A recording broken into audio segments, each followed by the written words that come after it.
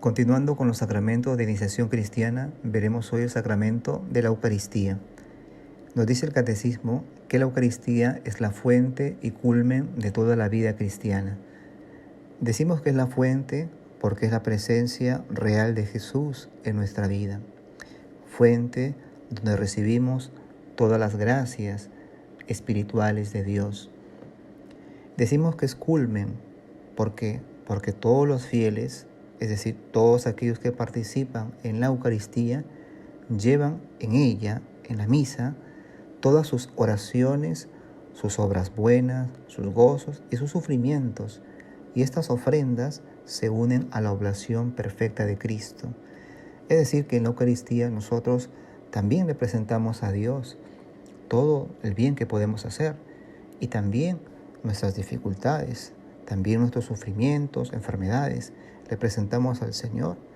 Son como ofrendas a Él y que se unen a esa oblación perfecta de Cristo que se entrega en su cuerpo y en su sangre.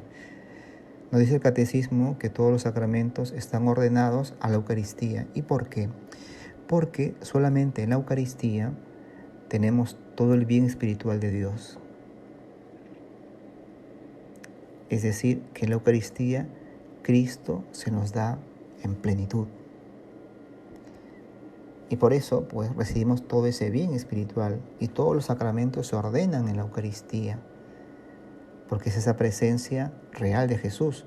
Y no es que en los demás sacramentos no lo estén, pero de una manera de todo ese bien espiritual, de esa presencia de Dios, solamente es en la Eucaristía. También el Catecismo nos dice que en la Eucaristía, en la celebración eucarística, nos unimos a la liturgia del cielo, a la liturgia del cielo. ¿Por qué? Porque nosotros también vamos a prepararnos para ese banquete eterno, que será después de esta vida, ¿no? Cuando vayamos a la presencia de Dios. De una manera aquí en la tierra, aquí estamos anticipando ya esa vida eterna cada vez que vamos a misa. ¿Por qué? Porque es el mismo Dios que estamos comulgando. Es el mismo Dios que estamos recibiendo. Por eso también se dice la Eucaristía viático, ¿no? Porque también es el alimento de camino hacia ese encuentro definitivo con el Padre. El Catecismo nos dice también que hay diferentes nombres, ¿no?, que se ha tenido en la Eucaristía. Por ejemplo, la palabra Eucaristía significa acción de gracias a Dios. Tiene otro nombre también, banquete del Señor, porque se trata de la cena del Señor que celebró con sus discípulos antes de entrar a su pasión. También se le conoce fracción del pan, fracción, ¿no?, propio, ¿no? Es decir, se parte el pan, ¿no? Comulgamos también. También esta imagen de fracción del pan es propio del banquete judío, ¿no? Fue utilizado cuando Jesús también bendecía, ¿no?, en la Pascua, recordemos la última cena. También se le dice comunión. ¿Por qué? Porque en esa comunión nos unimos a Cristo, que nos hace partícipes de su cuerpo y su sangre. También tiene otro nombre, Santa Misa, porque se realiza el misterio de la salvación, ¿no? Y termina con el envío de los fieles. Cuando dice el sacerdote pueden ir en paz, no significa que la misa ha terminado, sino que continúa en nuestra vida, cuando salimos del templo, en nuestras casas, en nuestros trabajos. Nuestra vida es eucarística. Los signos en este sacramento son el pan y el vino. Claro, Jesús no utilizó podemos decir, otro elemento, ¿no? Utilizó el pan y el vino. Esos, podemos decir, elementos sencillos, ¿no? Cristo quiso, ¿no?, de esta manera que su presencia permaneciera así a través del pan y el vino. También en el libro del Génesis también habla un poco sobre esta imagen de la Eucaristía ya en el Antiguo Testamento, ¿no? Este sacerdote famoso, ¿no?, Melquisedec, que ofrecía a Dios también el pan y el vino. Hay una antífona del Salmo, ¿no?, bonita, ¿no? Tú eres mayor, le dice, ¿no?, el Salmo, mayor que Melquisedec a Jesús, ¿no? Porque realmente es el mismo Jesús quien se da como ofrenda.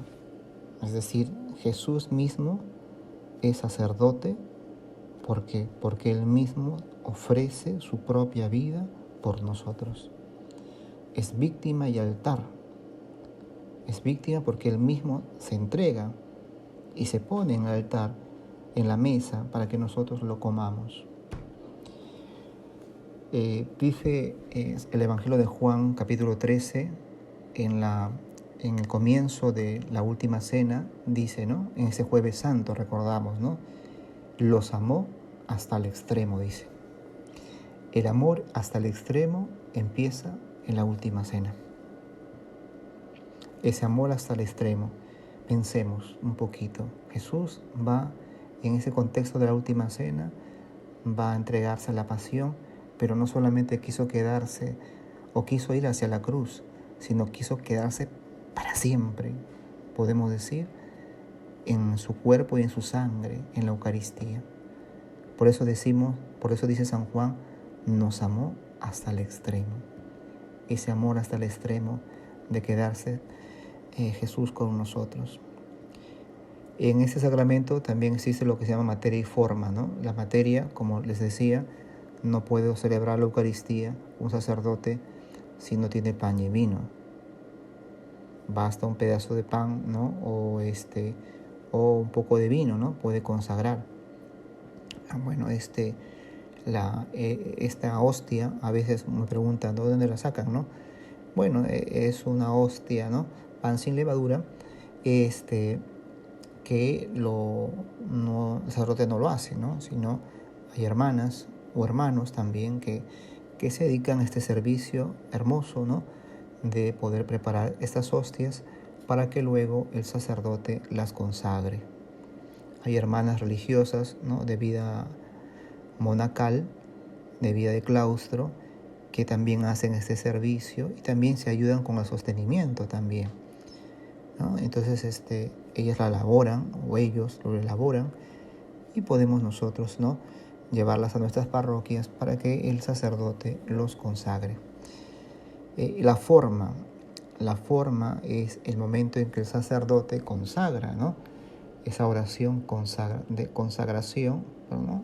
Del pan y el vino, esa oración consagratoria, donde el sacerdote impone las manos sobre las ofrendas, ya no es pan y vino cuando el sacerdote consagra, ya es el cuerpo y la sangre de Jesús.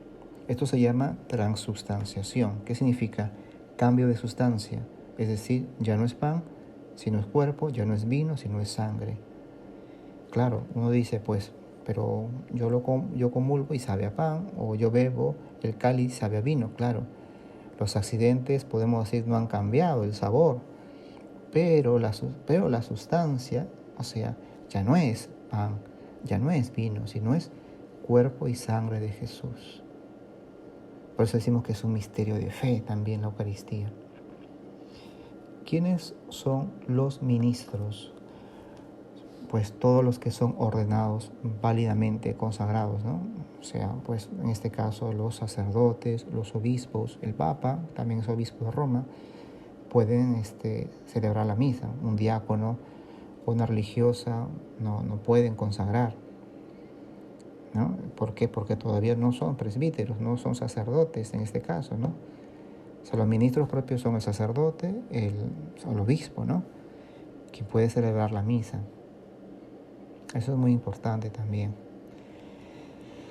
¿Cuáles son los frutos de la comunión? Es decir, cuando yo recibo a Jesús. Primeramente, nos unimos íntimamente a Jesús. Segundo, nos separa del pecado. Tercero, cuando recibimos a Jesús, nos fortalece en la caridad, es decir, en el servicio a los demás. Nos borra los pecados veniales. Nos preserva de los futuros pecados mortales también. Y también es el sacramento que nos lleva a la unidad, ¿no? Porque no podemos decir recibir a Jesús en la Eucaristía si andamos divididos, ¿no? La Eucaristía podemos decir, nos hace hermanos, nos lleva a la unidad. Y también nos compromete en favor de los más necesitados, en este caso, los pobres. Ese es, podemos decir, todo ese bien, ¿no?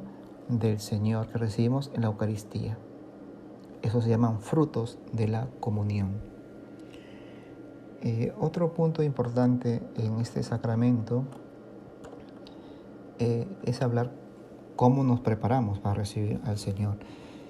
Bien, primeramente, para recibir a Jesús hay que estar en gracia, es decir, no teniendo pecado mortal. ¿Quiénes tienen pecado mortal? Por ejemplo, todos los que han cometido un pecado frente a los 10 mandamientos. Deben ser confesados, lógicamente, ¿no? Claro, no significa que en cada misa que yo vaya tenga que confesarme también.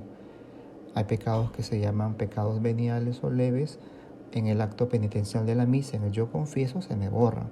Pero aquellos pecados mortales, es decir, que lo he hecho con conocimiento y consentimiento, sabiendo de la gravedad, deben ser confesados. Por ejemplo, si robé. Por ejemplo, si cometí adulterio. Por ejemplo, si engañé, si hice un fraude. Por ejemplo, si mentí en gravedad. Uno puede decir mentiras pequeñas, ¿no? Ya hemos hablado de los mandamientos, ¿no? Hay tipos de mentiras, podemos decir, en gravedad. Entonces, si yo he cometido un pecado mortal, debe ser confesado. Dice San Pablo que el que come de Cristo indignamente comulga su propia condenación. Por eso hay que recibir a Cristo en gracia, confesados, ¿no? Confesados. Otro punto también es cómo yo recibo a Jesús, ¿no? O sea, para recibir a Jesús hay que estar en disposición. ¿Qué significa disposición? Es decir, hay que estar preparados. No podemos recibir a Jesús si realmente no hay disposición de recibirlo. Un ejemplo doy. A veces pasa que podemos ir a la comunión lo hemos hecho rutina. No, así no se puede recibir a Jesús de manera rutinaria. Hay que preparar el corazón para recibir a Jesús. Por ejemplo, estar en oración antes, no ir a misa de manera puntual nomás, podemos decir. Si es bueno, estar antes de la misa y poder preparar el corazón para recibir al Señor. Y si es necesario confesarse, puedan confesarse también. Si recomienda la Iglesia, pues que hacer una hora antes ayuno, ¿no? Es decir, no comer durante una hora antes de la misa. Quienes pueden, quienes no pueden obviar, ¿no?, la comida por las medicinas, porque, hay personas que necesitan no comer por los medicamentos, ya que a veces bajan las defensas. Entonces, ellos no tienen obligación de ayunar. Ellos pueden comulgar, pero quien está bien puede hacer ese ayuno también. O de repente esa persona, aunque de repente pues no puede ayunar porque tiene que comer, puede ser también abstinencia.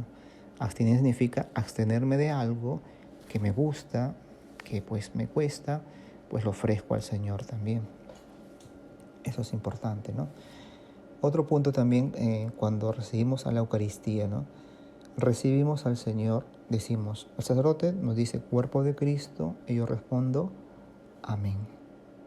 ¿Qué significa? Así sea, ¿no? Comulgo, voy a mi asiento, ¿no? Rezo un momento, agradezco a Dios por todo el bien que he recibido. No está bien de que yo vaya a mi asiento y me ponga a conversar, o que realmente haga yo, como se dice, una fiesta. No, o sea, hay que tener ese respeto también al Señor. Otro punto que yo veo como sacerdote también es que hay personas que van a la misa pero piensan que es un acto social. No es un acto social, es la misma cena del Señor y merece respeto. Algunos andan a la misa con chancletas. ¿Cómo van a ir con chancletas? O con short. Esto no es una playa. Es Jesús quien recibimos y Dios merece todo nuestro respeto. Algunos me dicen, Padre, pero Dios mira el corazón, sí, pero lo interior se refleja en lo exterior también. El pudor, por ejemplo, el respeto. es porque realmente hay en nuestra vida un bien espiritual y sabemos cómo comportarnos en misa. Evitar de conversar también. Cuando tienes el celular, por ejemplo, pues apágalo, o si no, ponlo, qué sé yo, en silenciador, ¿no? Pero no estés ahí. Si es una emergencia, bueno, te retiras, ¿no? En la Eucaristía, bueno, y sales un momento, ¿no?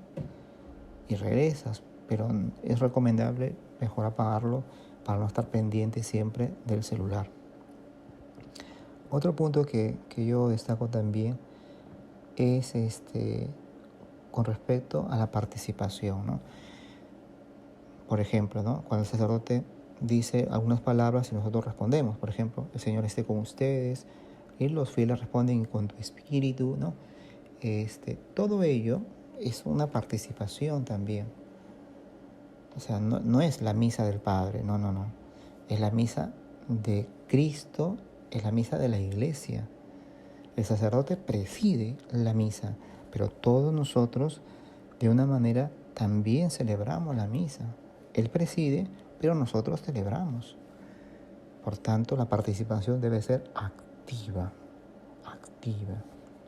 Hay que saber escuchar, otro punto, las lecturas en la misa. Hay que saber escuchar, porque pues no entra muchas veces esa palabra de Dios. ¿Por qué no entra en nuestro oído? Porque en nuestra mente está pensando en una u otras cosas y no me he preparado para escuchar la palabra de Dios. Por eso hay que leer las lecturas antes de ir a misa, sería bueno. O escuchar atentamente a lo que el sacerdote nos comparte incluso en la homilía. Otro punto también es con respecto al tema de la paz, ¿no? Resalto estas cosas para tener en cuenta. Cuando damos la paz, solamente nos damos al que está a nuestro lado, nada más. Esa paz que he dado, ese hermano que está a mi costado, la he dado con todos. Ese hermano o hermana representa a todos los que están dentro de la misa.